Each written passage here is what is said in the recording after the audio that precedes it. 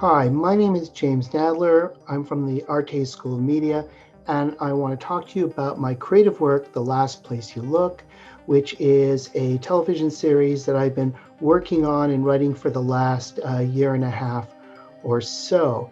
It is about loss. It is about the things we remember.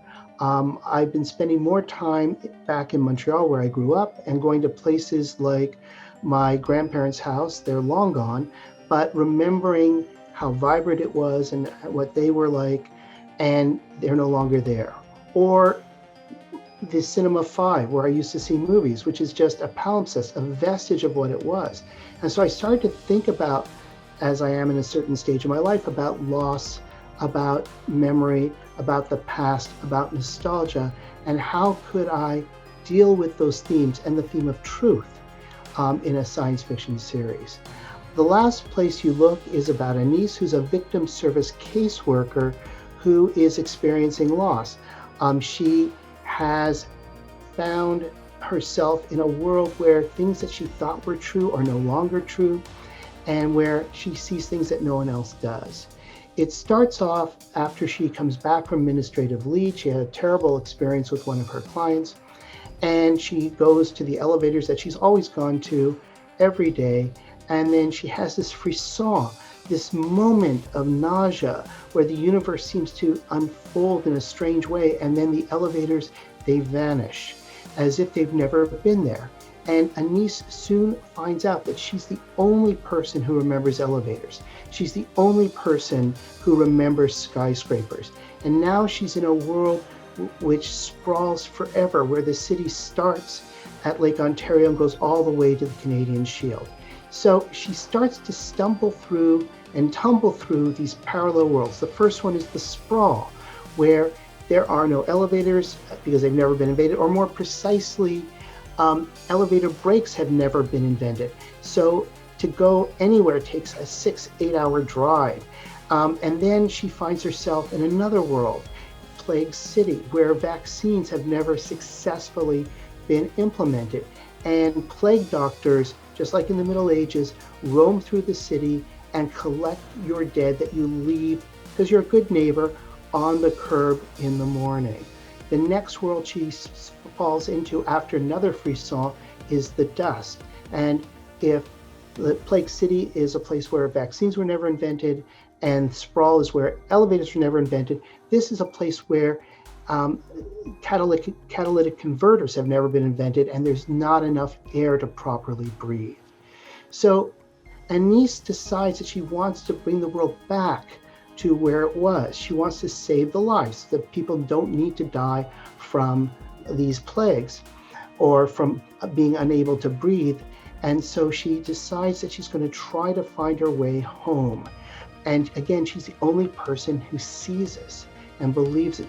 So she has to assemble a team around her. The first person that she brings in is Martin, who is her friend on the police force, perhaps her only friend on the police force. He's an easygoing guy. His husband, who does very well, warns him that Anise is trouble, that she could affect his career, and yet he seems to want to help her.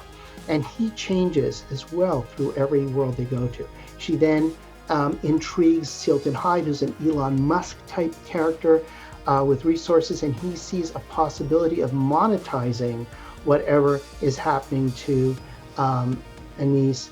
He also does want to help, or so we think at first.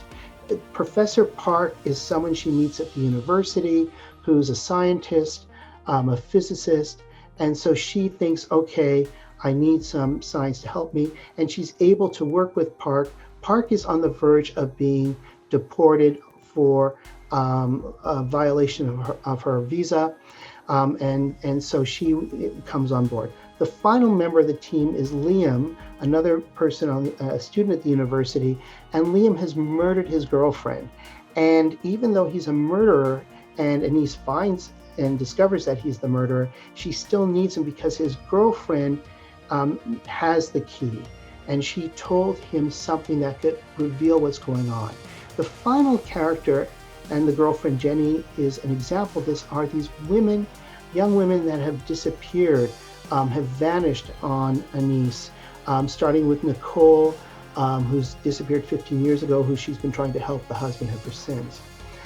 So this loss is something she experiences directly. Facing off against her are the members of the Border Patrol, the only other people that acknowledge that there are parallel worlds, and they want to keep the parallel worlds separate and keep them from leaking over, so they try to stop Anise. Each season has a different explanation as to what is going on.